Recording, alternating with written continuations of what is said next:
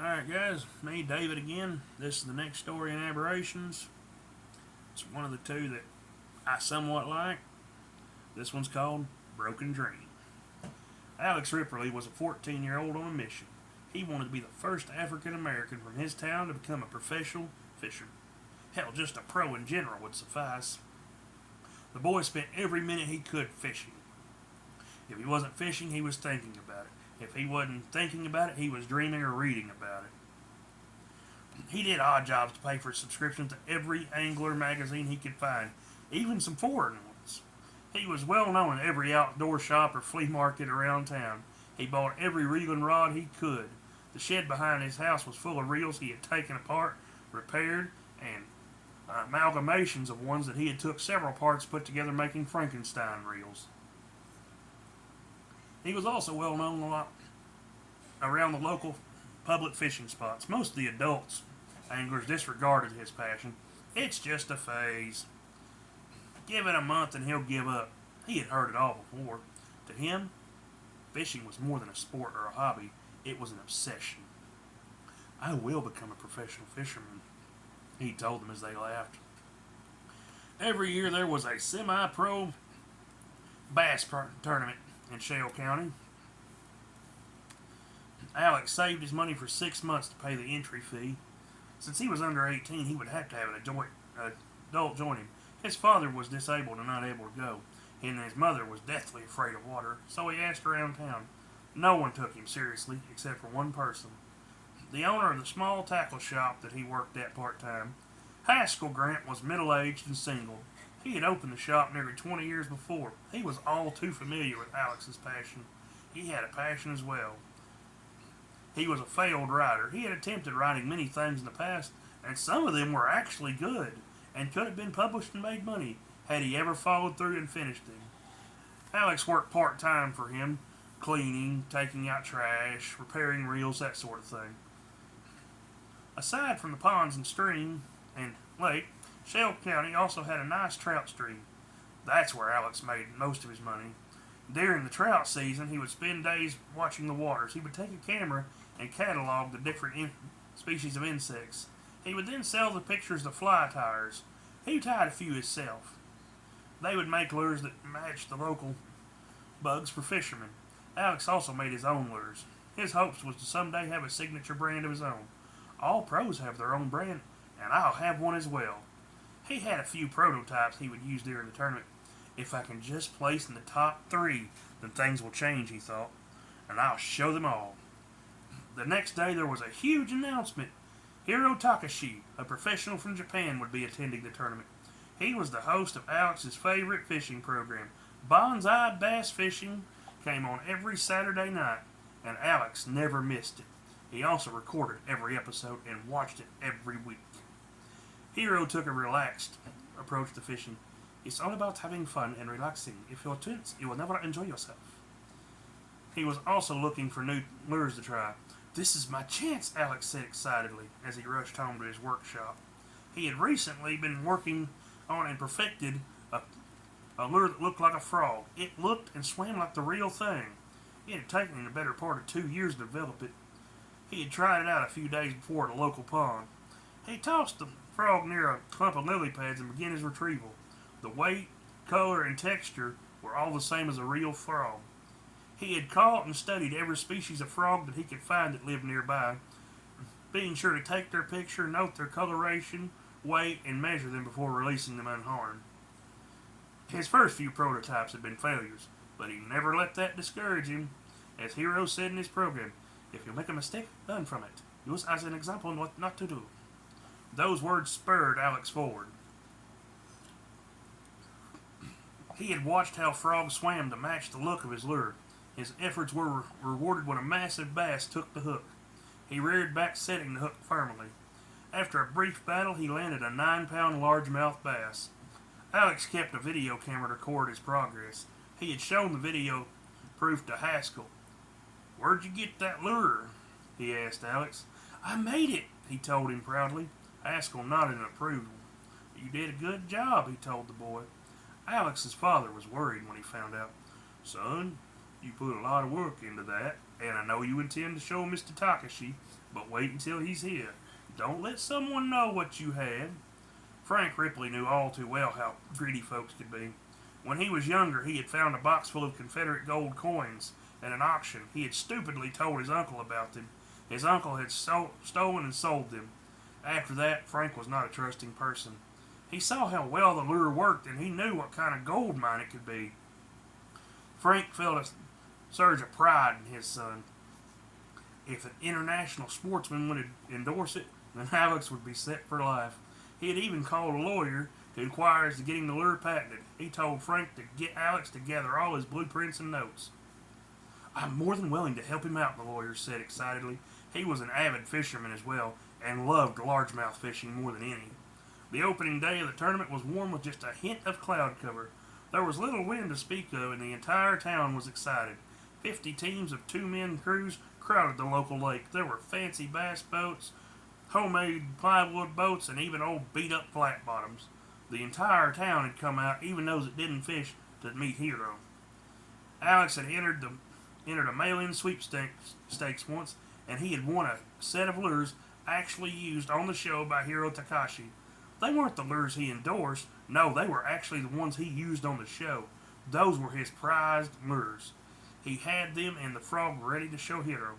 A black truck showed up pulling a bright red boat. The entire crowd cheered as he stepped out. A van with a camera crew pulled up behind him. Once the crowd settled, he climbed upon his boat. "Good morning, everyone. I have an exciting announcement. The winning team today will get to co-star on the next episode of my show that will be shot right here on this lake." Alex felt as if he would faint. Not only was his idol here, but he would have a shot at fishing with him. He would have to pull out all the stops. In his tackle box was also some notepads. It was a strategy guide for fishing in any circumstances. He carried a thermometer and homemade barometer. Temperature and barometric pressure and water temperature and level played important factors on fishing. He loaded the things on the boat and got the registration ticket. "Looks like a good day," he heard a voice behind him say. Alex felt his heart stop.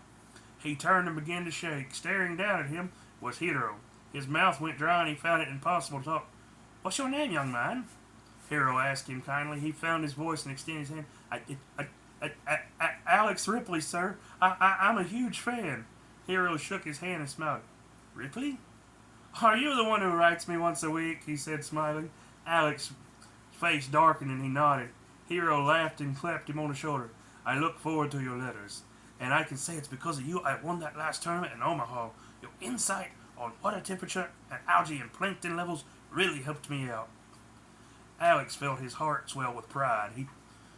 Hiro took off his hat and signed it. Then he plopped it on Alex's head. The boy's eyes filled with tears of joy. "Here's to a good day fishing, Alex," he said, clapping the boy on the shoulder. Alex rushed to tell his father about meeting the idol. Frank thought it was amazing. "Win or lose, son, that's a memory you'll always have." Alex couldn't have been happier. His first tournament, and he was competing against his hero. But if they won, he would be on TV with him. Haskell watched the exchange quietly. The kid's tackle box held a gold mine. Those Takashi lures would be worth several hundred each, and he had already posted them on an online auction and had several bidders. But the real treasure was that frog. If he could pass it off as his idea, then he would be set, but he would act fast. There was no way that he could let an opportunity like this slide. He had to keep him from showing Hiro that lure. If it got out the kid had come up with it, then the whole plan would fall apart. The contestants loaded their boats and launched. Starting whistle blew and they were off. "The rules are as followed," the sheriff said over megaphone. "Only 2 rods per person. Live wells must be empty before launching. Any live bait must have came from this body of water. No use of poison, explosives, or electricity. Please be mindful and respectful of others and wear your life jacket. Weigh-in will be at 3:30 sharp. Only 6 fish may be kept. No fishing within 100 feet of the launch area. Now go kick some bass, guys," he said with a grin. Haskell took him to a large cove near the mouth of the creek. His plans changed after 10 minutes of fishing with Alex. "The water of the creek is is mixing with that of the lake. Small feeder fish and crayfish will be the primary forage here, Alex said, tying on an orange and black lure. Try this one, Alex said, pointing at a silver and blue lure. The color will match the small fish coming from the creek. Mine matches a crayfish. Try casting near the mouth of the stream, he told Haskell as he pitched his lure near a pile of rocks. He took a second pole and baited it with a worm and bobber. What are you doing? Haskell asked him. I'm trying to catch some bait fish. We need to match the color of what they're eating. If we can do that, then we can better choose lures to catch them with or use them as live bait in general. Haskell then realized Alex was a fishing genius. Have you ever considered writing a book? He asked as Alex set the hook on a large bass. He nodded with a smile. Yeah, I have notebooks full of everything I learned. I keep them in my shed, he said as he pulled in a small sunfish. He watched as Alex took a picture of the fish, and then he made a note of the fish's weight, length, width, and the colors. He even took out a box of colored pencils and made a rough sketch of the fish. Haskell watched as he drew. He decided to keep watching him and learn, for now. Alex showed Haskell how he took weather measurements. Everything that affects fishing is important. Haskell noticed that despite everything, the kid was relaxed. He was facing bankruptcy. He was thousands in the hole. He had taken out loans against what he said would be a best-selling novel. Then yesterday, his lawyer called.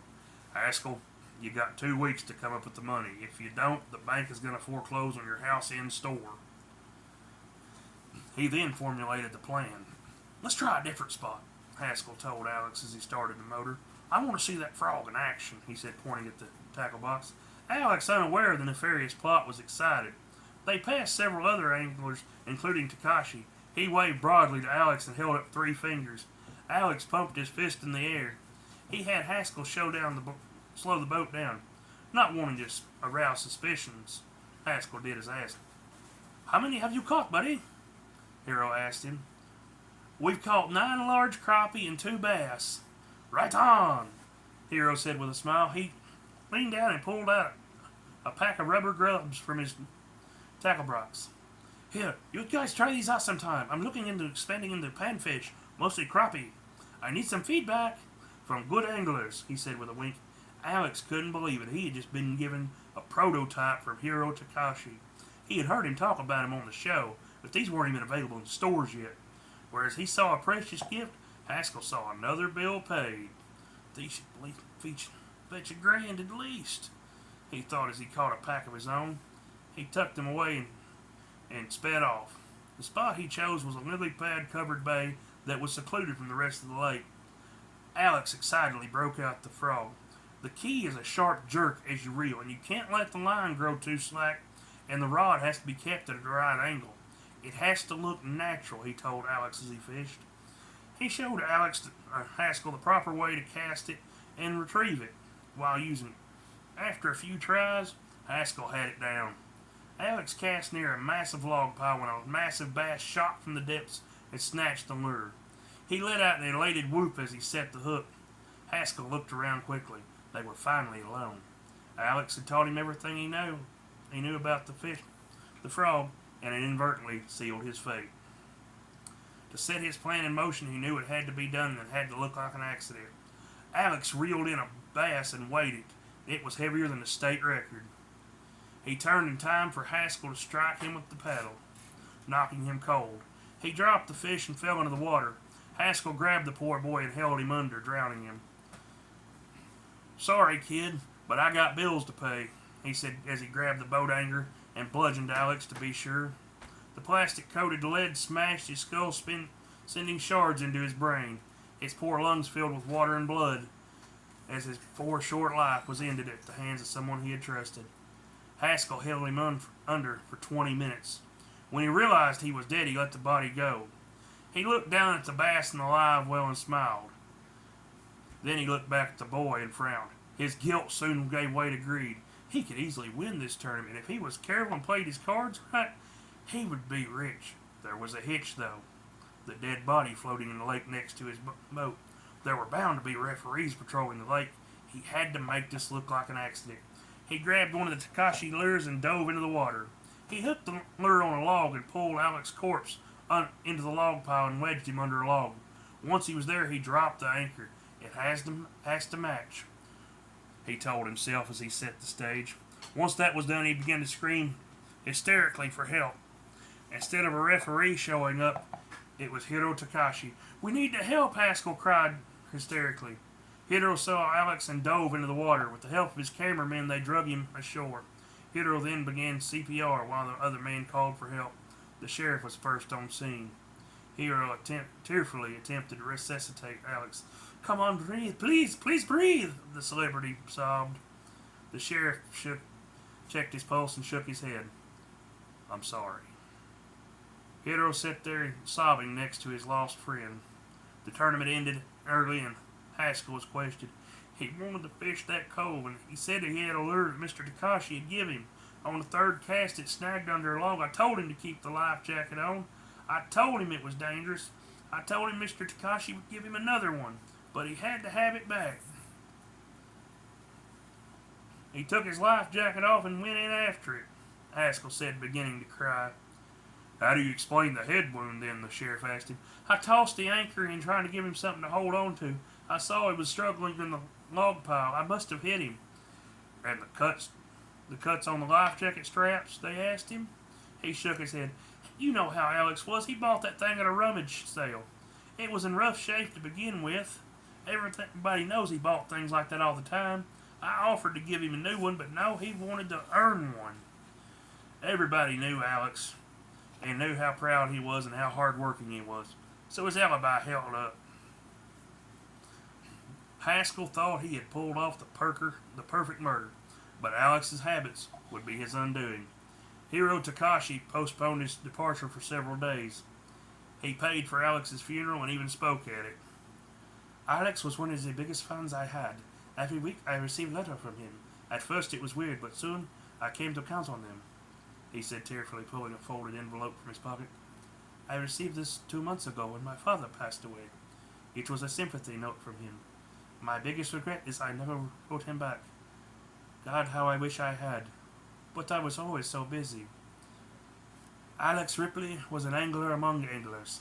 The advice he gave me was the reason I chose to come here. That and this last letter he sent me. Hiro, I want to inform you of an upcoming tournament in my hometown. I know you're busy, but if you could stop by, it would be the greatest thing ever. I would love to introduce you to my boss." At that point, Haskell felt his heart stop. "Haskell is a hard-working man who runs our local bait store. He and I never miss an episode of your show. I am sure he would proudly sponsor you. It's my hope you will come by, or at least respond, if you can." Hiro began sobbing. "It's my greatest hope that you and I can fish together someday. Sincerely, your biggest fan, Alex Ripley." Hiro walked over to where Haskell stood and shook his hand. "Thank you so valiantly for trying to save him." The service concluded and everyone left for the cemetery. Instead of a hearse, Hiro had another idea. "No, you place his casket on my boat." I also had the funeral director put my favorite lucky pole in his coffin. I'm sure it's what he would have wanted," Hiro told Alex's parents. Frank and Linda Ripley thanked him for his kindness.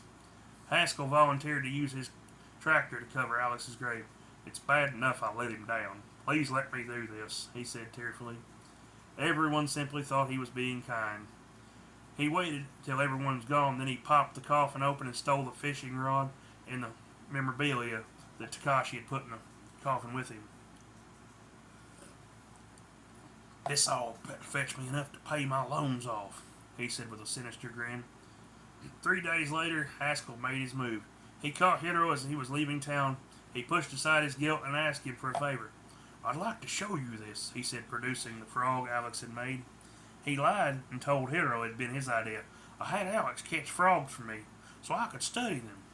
The two of them sat in the local diner while they talked. Hiro was amazed by the lifelikeness of it. "I was the one that taught Alex about fishing," he lied smoothly. The night before, he had broken into Alex's shed and stole everything he could. He then spent the rest of the night poring over the boy's notes. He grabbed his typewriter and began to copy everything.